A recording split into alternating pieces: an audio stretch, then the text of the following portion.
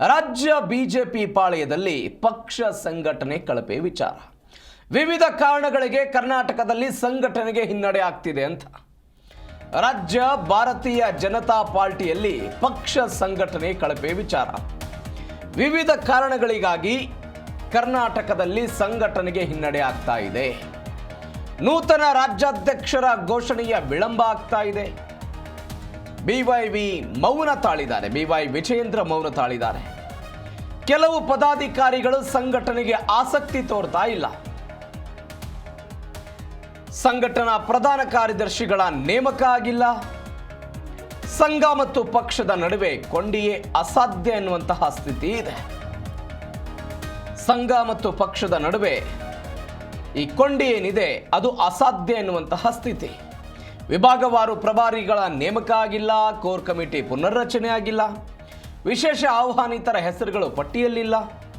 ಕಾರ್ಯಕಾರಿಣಿ ಸದಸ್ಯರ ನೇಮಕ ಆಗಿಲ್ಲ. ರಾಷ್ಟ್ರೀಯ ಅಧ್ಯಕ್ಷರ ಆಯ್ಕೆ ಆಗಿದೆ. ಹಾಗಾದರೆ ಇನ್ನಾದರೂ ಕೂಡ ರಾಜ್ಯ ಬಿಜೆಪಿ ಸುಧಾರಿಸುತ್ತಾ ಅನ್ನುವಂಥ ಪ್ರಶ್ನೆ ಇದೆ.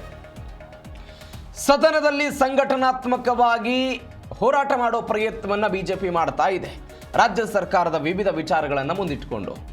ಆದರೆ ಪಕ್ಷದ ಒಳಗೆ ಸಂಘಟನೆ ಮಾಡುವಂತಹ ಅವಶ್ಯಕತೆ ಇದೆ. ರಾಜ್ಯದಲ್ಲಿ 2 ಉಪಚುನಾವಣೆಗಳು ಬರ್ತಾ ಇದೆ. ಜಡ್ಪಿ ಮತ್ತು ತಾಲೂಕ್ ಪಂಚಾಯತ್ ಚುನಾವಣೆಗಳು, ಸ್ಥಳೀಯ ಸಂಸ್ಥೆಗಳ ಚುನಾವಣೆ, ಬೆಂಗಳೂರಿನ ಗ್ರೇಟರ್ ಬೆಂಗಳೂರು ಅಥಾರಿಟಿಯ ಚುನಾವಣೆ ಆಗ್ತಾ ಇದೆ. ಇದಕ್ಕಾಗಿ ಕಾಂಗ್ರೆಸ್ ಪಾಳೆಯ ಹುಮ್ಮಸ್ಸಿನಿಂದ ತಯಾರು ಮಾಡಿಕೊಳ್ತಾ ಇದೆ. ಇವೆಲ್ಲದರ ನಡುವೆ ಬಿಜೆಪಿಯಲ್ಲಿ ಸಂಘಟನೆ ದಿನದಿಂದ ದಿನಕ್ಕೆ ಕುಂಠಿತ ಆಗ್ತಾ ಇದೆ. ಇದಕ್ಕೆ ಕಾರಣಗಳೇನು? ರಾಜ್ಯಾಧ್ಯಕ್ಷರ ಘೋಷಣೆ ಮಾಡಬೇಕು ಅಂತ ಒಂದು ತಂಡ ದೆಹಲಿಯಲ್ಲಿ ಬೀಡುಬಿಟ್ಟಿತ್ತು. ಅದಕ್ಕಾಗಿ ರಾಷ್ಟ್ರೀಯ ಅಧ್ಯಕ್ಷರ ನೇಮಕ ಆಗಿದೆ. ಹೊಸದಾಗಿ ಬಂದಿರುವ ರಾಷ್ಟ್ರೀಯ ಅಧ್ಯಕ್ಷರು ರಾಜ್ಯಾಧ್ಯಕ್ಷರನ್ನ ಹೊಸವರನ್ನ ಕರ್ಕೊಂಡ್ಬರ್ತಾರೋ ಅಥವಾ ಬಿವೈ ವಿಜಯೇಂದ್ರ ಅವರನ್ನೇ ಮುಂದುವರಿಸ್ತಾರೋ ಈ ಪ್ರಶ್ನೆ ಸಹಜವಾಗಿದ್ದೇ ಇದೆ. ಯಾಕಂದ್ರೆ ವಿಜಯೇಂದ್ರ ಅವರ ನಾಯಕತ್ವದ ಬಗ್ಗೆ ಅನೇಕ ಜನ ಅಪಸ್ವರ ಎತ್ತಿದ್ದನ್ನು ನಾವು ಕೇಳಿದ್ದೀವಿ. ಅದರ ಬಗ್ಗೆ ಮಾತನಾಡಿದ್ದನ್ನು ಕೂಡ ನಾವು ಕೇಳಿದ್ದೀವಿ. ಹೀಗಾಗಿ ಯಾರು ರಾಜ್ಯಾಧ್ಯಕ್ಷರಾಗ್ತಾರೆ ಎನ್ನುವಂತಹ ಕುತೂಹಲ ಇದೆ. ಮತ್ತೊಂದು ಕಡೆ ಪಕ್ಷದ ಸಂಘಟನಾ ವಲಯದಲ್ಲಿ ವಿವಿಧ ನೇಮಕಗಳಾಗುವಂತಹ ಅವಶ್ಯಕತೆ ಇದೆ. ಆ ನೇಮಕಗಳು ಕೂಡ ಆಗಿಲ್ಲ. ವಿಭಾಗವಾರು ಪ್ರಭಾರಿಗಳಾಗಿರ್ಬೋದು, ವಿಶೇಷ ಆಹ್ವಾನಿತರ ಹೆಸರುಗಳಾಗಿರ್ಬೋದು, ಕಾರ್ಯಕಾರಿಣಿ ಸದಸ್ಯರ ನೇಮಕ ಆಗಿರ್ಬೋದು, ಯಾವುದೂ ಕೂಡ ನೇಮಕ ಆಗದೆ ಹಾಗೆ ಬಾಕಿ ಉಳಿದುಕೊಂಡ್ಬಿಟ್ಟಿದೆ. ಹೀಗಾಗಿ ತಳಮಟ್ಟದಲ್ಲಿ ಬೂತ್ ಮಟ್ಟದಲ್ಲಿ ಪಕ್ಷವನ್ನು ಸಂಘಟನೆ ಮಾಡುವಂಥ ಅವಶ್ಯಕತೆ ಭಾರತೀಯ ಜನತಾ ಪಾರ್ಟಿಗಿದೆ. ಒಂದು, ನೀವು ಸರ್ಕಾರದ ವಿರುದ್ಧ ವಿವಿಧ ವಿಚಾರಗಳನ್ನು ಹೋರಾಟ ಮಾಡಿ ಸದನದಲ್ಲಿ ಸರ್ಕಾರವನ್ನು ಮಣಿಸುವ ಪ್ರಯತ್ನವನ್ನು ಮಾಡಬಹುದು. ಆದರೆ ಪಕ್ಷದಲ್ಲಿ ಕಾರ್ಯಕರ್ತರನ್ನು ಹುರಿದುಂಬಿಸೋಕೆ ಸಂಘಟನೆಯ ಅವಶ್ಯಕತೆ ಇದು ಹಿನ್ನಡೆ ಆಗ್ತಾ ಇದೆ ಅಂತ. ಚುನಾವಣೆಯ ಈ ಸಮಯದಲ್ಲಿ ರಾಜ್ಯ ಬಿಜೆಪಿ ಪಾಳೆಯದಲ್ಲಿ ಸಂಘಟನೆ ಕಳಪೆ ಆಗ್ತಾ ಇದೆ ಎನ್ನುವಂಥ ವಿಚಾರ. ಈ ವಿಚಾರಕ್ಕೆ ಸಂಬಂಧಪಟ್ಟಂತೆ ಹೆಚ್ಚಿನ ಡೀಟೇಲ್ಸ್ ಕೊಡ್ತಾರೆ ನಮ್ಮ ಪ್ರತಿನಿಧಿ ಜನಾರ್ದನ್ ಹೆಬ್ಬಾರ್. ನೇರ ಸಂಪರ್ಕಕ್ಕೆ ಸಿಗ್ತಿದ್ದಾರೆ. ಜನಾರ್ದನ್, ಸಾಲು ಚುನಾವಣೆಗಳು ಬರ್ತಾ ಇದೆ ರಾಜ್ಯದಲ್ಲಿ. ಯಾಕೆ ಬಿಜೆಪಿಯ ಸಂಘಟನೆ ಕುಂಠಿತ ಆಗ್ತಾ ಇದೆ? ಏನ್ ಕಾರಣ ಇದಕ್ಕೆ?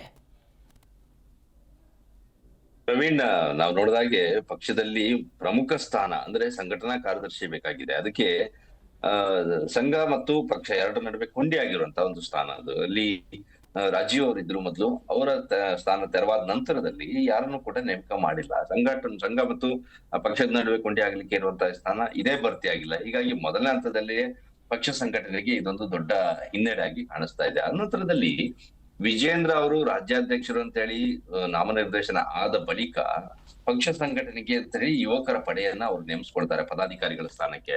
ಅವರಲ್ಲಿ ಬಹುತೇಕರು ನಿಷ್ಕ್ರಿಯರಾಗ್ಬಿಟ್ಟಿದ್ದಾರೆ. ಪ್ರಧಾನ ಕಾರ್ಯದರ್ಶಿಗಳಿರ್ಬೋದು ಅಥವಾ ಕಾರ್ಯದರ್ಶಿಗಳು, ಉಪಾಧ್ಯಕ್ಷರುಗಳು, ಹೀಗೆ ಬಹಳಷ್ಟು ಮೋರ್ಚಾಗಳ ಪ್ರಮುಖರು ಇವರೆಲ್ಲರೂ ಕೂಡ ಪಕ್ಷ ಸಂಘಟನೆಗೆ ಕೆಲಸ ಮಾಡ್ಬೇಕಾಗ್ತದವರು. ಅವರಲ್ಲಿ ಬಹುತೇಕರು ನಿಷ್ಕ್ರಿಯರಾಗಿದ್ದಾರೆ. ಇನ್ನು ಕೆಲವರು ನಮ್ಗೆ ಬೇಡ, ಈ ಜವಾಬ್ದಾರಿ ಬೇಡ, ಕ್ಷೇತ್ರವನ್ನು ನೋಡ್ಕೊಳ್ಳಿಕ್ಕೆ ಸಮಸ್ಯೆ ಆಗುತ್ತೆ ಅನ್ನೋ ಕಾರಣವನ್ನು ಕೂಡ ಕೊಟ್ಟಿದ್ದಾರೆ. ಹೀಗಾಗಿ ಆ ನಂತರ ಆ ಸ್ಥಾನಗಳನ್ನ ಭರ್ತಿ ಮಾಡುವಂತ ಕೆಲಸ, ಪುನರ್ರಚನೆ ಮಾಡುವಂತ ಕೆಲಸ ಆಗ್ಬೇಕಾಗಿತ್ತು, ಅದು ಕೂಡ ಆಗಿಲ್ಲ.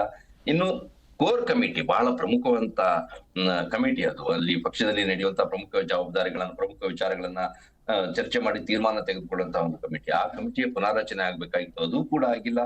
ಇದ್ರ ಜೊತೆಗೆ ರಾಜ್ಯ ಕಾರ್ಯಕಾರಿಣಿಗೆ ಸದಸ್ಯರ ನೇಮಕ ಆಗ್ಬೇಕು ಪ್ರವೀಣ್, ಅದನ್ನು ಕೂಡ ಮಾಡಿಲ್ಲ. ಇದು ಪಕ್ಷ ಸಂಘಟನೆಗೆ ಎಷ್ಟರ ಮಟ್ಟಿಗೆ ಹಿನ್ನಡೆ ಆಗತ್ತೆ ಅನ್ನೋದಕ್ಕೆ ಸ್ಪಷ್ಟ ಉದಾಹರಣೆ. ವಿಜೇಂದ್ರ ಅವರು ರಾಜ್ಯಾಧ್ಯಕ್ಷರಾದ ನಂತರದಲ್ಲಿ ರಾಜ್ಯವನ್ನ ಸುತ್ತಿ ಪಕ್ಷ ಸಂಘಟನೆ ಮಾಡ್ತಾರೆ ಅಂತ ನಿರೀಕ್ಷೆ ಎಲ್ಲರಲ್ಲೂ ಕೂಡ ಇತ್ತು. ಅವರು ಈಗ ಒಂದು ರೀತಿಯಲ್ಲಿ ಏಕಾಂಗಿಯಾಗಿ ಕಾಣಿಸ್ತಾ ಇದ್ದಾರೆ. ಅವ್ರ ಜೊತೆಯಲ್ಲಿ ನಿಲ್ಲಬೇಕಾದಂತವ್ರು ಯಾರು ಕೂಡ ಜೊತೆಗೆ ಸರಿಯಾಗಿ ನಿಲ್ತಾ ಇಲ್ಲ. ಇದು ಬಹಳಷ್ಟು ಪಕ್ಷದಲ್ಲಿ ಅಸಮಾಧಾನಕ್ಕೂ ಕೂಡ ಕಾರಣ ಆಗಿದೆ. ಇವರೆಲ್ಲರೂ ಕೂಡ ಕೆಲಸ ಮಾಡ್ಬೇಕಾಗಿತ್ತು. ಆ ಕಾರಣಕ್ಕಾಗಿ ವಿಜೇಂದ್ರ ಅವರು ಮೊನ್ನೆ ದೆಹಲಿಗೆ ಹೋಗಿದ್ರು. ದೆಹಲಿಗೆ ಹೋಗಿ ರಾಷ್ಟ್ರೀಯ ಅಧ್ಯಕ್ಷ ಹೊಸದಾಗಿ ನೇಮಕ ಆಗಿರುವಂತ ನಿತಿನ್ ನವೀನ್ ಅವರನ್ನು ಕೂಡ ಭೇಟಿಯಾಗಿ ಮಾತುಕತೆಯನ್ನ ಮಾಡ್ತಾರೆ. ಆ ನಂತರದಲ್ಲಿ ಹೊಸ ಘೋಷಣೆ ಆಗತ್ತೆ ಅಂತ ಒಂದು ಆಲೋಚನೆ ಇತ್ತು, ಅದು ಕೂಡ ಆಗಿಲ್ಲ. ಪಕ್ಷದಲ್ಲಿ ಒಂದಷ್ಟು ಹುದ್ದೆಗಳು ಖಾಲಿ ಇದಾವೆ, ಜಿಲ್ಲಾ ಪ್ರಭಾರಿಗಳಿರ್ತಾರೆ, ಅವ್ರನ್ನೂ ಕೂಡ ನೇಮಕ ಮಾಡಿಲ್ಲ. ಹೀಗೆ ವಿಶೇಷ ಆಹ್ವಾನಿತರು ಅಂತ ಹೇಳಿ ಒಂದು ಪಟ್ಟಿಯನ್ನ ಮಾಡ್ಕೊಳ್ತಾರೆ. ಅಂದ್ರೆ ಅವ್ರಿಗೆ ಪಕ್ಷದಲ್ಲಿ ಇರುವಂತ ಕೆಲವು ಪ್ರಮುಖರುಗಳಿಗೆ ಯಾವುದೇ ಜವಾಬ್ದಾರಿಯನ್ನ ಕೊಟ್ಟಿರಲ್ಲ, ಬಟ್ ಅವ್ರನ್ನ ಪಕ್ಷದಿಂದ ದೂರ ಇಡ್ಲಿಕ್ಕೆ ಸಾಧ್ಯ ಇಲ್ಲ. ಅವರ ಸಲಹೆ ಬೇಕು, ಸೂಚನೆ ಬೇಕು, ಮಾರ್ಗದರ್ಶನ ಕೂಡ ಅವ್ರು ಬೇಕಾಗತ್ತೆ. ಎಂತವ್ರನ್ನು ಕೂಡ ಒಂದು ಪಟ್ಟಿ ಮಾಡ್ಕೊಳ್ತಾರೆ. ಬಿಜೆಪಿ ಇಲ್ಲಿ ಒಂದು ಸಂಪ್ರದಾಯ ಇದೆ, ಅದನ್ನು ಕೂಡ ಮಾಡ್ಕೊಂಡಿಲ್ಲ. ಒಂದ್ ಕಡೆಯಲ್ಲಿ ನೋಡಿದ್ರೆ ನಿಷ್ಕ್ರಿಯರಾಗಿರುವಂತಹ ಪದಾಧಿಕಾರಿಗಳು, ಇನ್ನೊಂದ್ ಕಡೆಯಲ್ಲಿ ಭರ್ತಿ ಆಗದೆ ಇರುವಂತಹ ಹುದ್ದೆಗಳು, ಇದೆಲ್ಲವೂ ಕೂಡ ಪಕ್ಷ ಸಂಘಟನೆಗೆ ದೊಡ್ಡ ಮಟ್ಟದಲ್ಲಿ ಹಿನ್ನಡೆ ಆಗಿದೆ. ಈಗ ಸಾಲು ಚುನಾವಣೆ ಎದುರಾಗ್ತಾ ಇದೆ. ನೀವು ಹೇಳಿದಾಗೆ ಈ ಚುನಾವಣೆ ಸಂದರ್ಭದಲ್ಲಿ ಅವರೆಲ್ಲರನ್ನೂ ಕೂಡ ಒಗ್ಗೂಡಿಸ್ಕೊಂಡು ಪಕ್ಷ ಸಂಘಟನೆ ಮಾಡಿ ಹೋಗ್ಬೇಕಾದಂತ ಸಂದರ್ಭದಲ್ಲಿ ಇದೆಲ್ಲವೂ ಸಮಸ್ಯೆ ಇರುವಾಗ ಪಕ್ಷ ಸಂಘಟನೆ ಹೇಗೆ ಸಾಧ್ಯ ಅನ್ನುವಂತ ಪ್ರಶ್ನೆ ಪಕ್ಷದಲ್ಲಿರುವಂತಹ ಬಹಳಷ್ಟು ಪ್ರಮುಖರು ಈಗ ಮಾತಾಡ್ಲಿಕ್ಕೆ ಶುರು ಮಾಡಿದ್ದಾರೆ. ಈಗಾದ್ರೂ ಅಂದ್ರೆ ಇನ್ನೊಂದು ವಾರದಲ್ಲಿ ರಾಜ್ಯದಲ್ಲಿ ಕಾರ್ಯಕಾರಿಣಿ ನಡೆಯುತ್ತೆ ಅನ್ನುವಂತ ಮಾಹಿತಿ ಲಭ್ಯ ಆಗಿದೆ. ಅಷ್ಟರ ಒಳಗಡೆ ಆದ್ರೂ ಇವರು ಮಾಡ್ಕೊಂಡಿಲ್ಲ ಅಂತ ಆದ್ರೆ ಮುಂದೆ ಚುನಾವಣೆಯನ್ನು ಎದುರಿಸೋದು ಹೇಗೆ ಅನ್ನುವಂತ ಪ್ರಶ್ನೆ ಮೂಡ್ತಾ ಇದೆ. ಒಂದ್ ಕಡೆಯಲ್ಲಿ GBS ಚುನಾವಣೆ, ಇನ್ನೊಂದ್ ಕಡೆಯಲ್ಲಿ ಸ್ಥಳೀಯ ಸಂಸ್ಥೆ ಚುನಾವಣೆ, ಇದೆಲ್ಲವೂ ಚುನಾವಣೆ ಇದ್ದಾಗ ಪಕ್ಷ ಸಂಘಟನೆ ಮಾಡ್ಕೊಳ್ಳಿಕ್ಕೆ ಪಕ್ಷದಲ್ಲಿ ಇರುವಂತಹ ಪ್ರಮುಖರಿಗೆ ಜವಾಬ್ದಾರಿಯನ್ನು ವಹಿಸ್ಕೊಡದೇ ಇದ್ರೆ ಪಕ್ಷ ಸಂಘಟನೆ ಮಾಡೋದು ಹೇಗೆ, ಚುನಾವಣೆಯನ್ನು ಎದುರಿಸೋದು ಹೇಗೆ? ರಾಜ್ಯ ಸರ್ಕಾರದ ವಿರುದ್ಧ ಹೋರಾಟ ಮಾಡ್ಬೇಕು ಅಂದ್ರೆ ಕೇವಲ ಯಾರೋ ಒಬ್ಬರಿಂದ ಸಾಧ್ಯ ಇಲ್ಲ.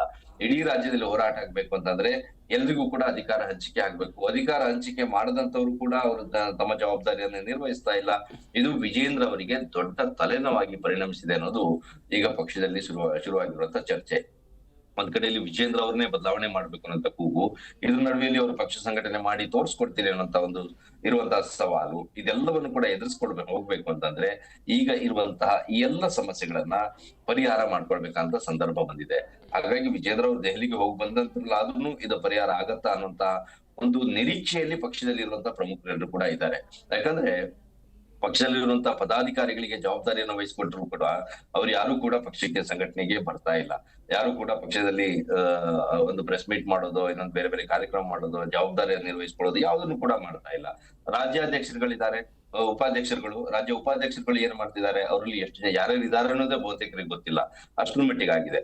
ಪ್ರಧಾನ ಕಾರ್ಯದರ್ಶಿಗಳಲ್ಲಿ ಸ್ವಲ್ಪ ಮಟ್ಟಿಗೆ ಪಿ ರಾಜು, ಆ ನಂತರದಲ್ಲಿ ಸ್ವಲ್ಪ ಮಟ್ಟಿಗೆ ಅನ್ನೋ ರೀತಿಯಲ್ಲಿ ಪ್ರೀತಮ್ ಗೌಡ ಆವಾಗ ಬಂದು ಹೋಗ್ತಾರೆ. ಬಿಟ್ರೆ ಕೆಲವರು ಆವಾಗವಾಗ ಬಂದು ಹೋಗ್ತಾರೆ ಅನ್ನೋದೇ ಒಂದು ದೊಡ್ಡ ವಿಚಾರ ಆಗಿದೆ.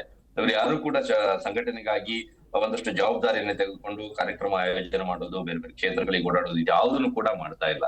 ಇದು ಪಕ್ಷ ಸಂಘಟನೆಗೆ ಸಮಸ್ಯೆ ಆಗತ್ತೆ, ತಕ್ಷಣವೇ ಇದನ್ನ ಪರಿಹರಿಸಬೇಕು ಅನ್ನೋಂತ ಆಗ್ರಹವನ್ನ ಈಗ ವಿಜೇಂದ್ರ ಅವ್ರಲ್ಲಿ ಮಾಡ್ತಾ ಇದ್ದಾರೆ ಅಂತ ಮಾಹಿತಿ. ಆ ಕಾರಣಕ್ಕಾಗಿನೇ ಒಂದಷ್ಟು ಪದಾಧಿಕಾರಿಗಳ ಪರಿಷ್ಕರಣೆ ಆಗ್ಬೇಕು. ಆ ನಿಟ್ಟಿನಲ್ಲಿ ವಿಜೇಂದ್ರ ಅವರು ಕೂಡ ಮಾತಾಡಿದ್ದಾರೆ ನಿತಿನ್ ನವೀನ್ ಅವ್ರ ಜೊತೆಯಲ್ಲಿ.